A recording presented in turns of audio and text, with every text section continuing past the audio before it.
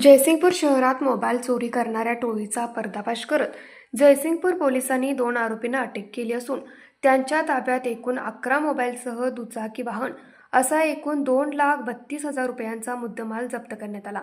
ही कारवाई पोलीस अधीक्षक योगेश कुमार गुप्ता, अपर पोलीस अधीक्षक अण्णासाहेब जाधव, उपविभागीय पोलीस अधिकारी अमोल ठाकूर यांच्या मार्गदर्शनाखाली पोलीस निरीक्षक सत्यवान हाके व गुन्हे शोध पथकाच्या पथकाने केली। याबाबत पोलिसातून मिळालेली माहिती अशी, फिर्यादीने दिलेल्या तक्रारीनुसार पाटील अख्खा मसूर समोर असलेल्या पदमयुरा इन्फोटेक बिल्डिंगच्या पत्र्याच्या शेडमधून 2 मोबाईल चोरट्यांनी चोरून नेले होते। या प्रकरणी पोलिसांनी तपास सुरू केला असता रेल्वे स्टेशन परिसरात 2 संशयित इसम मोबाईल विक्रीसाठी येणार आहेत।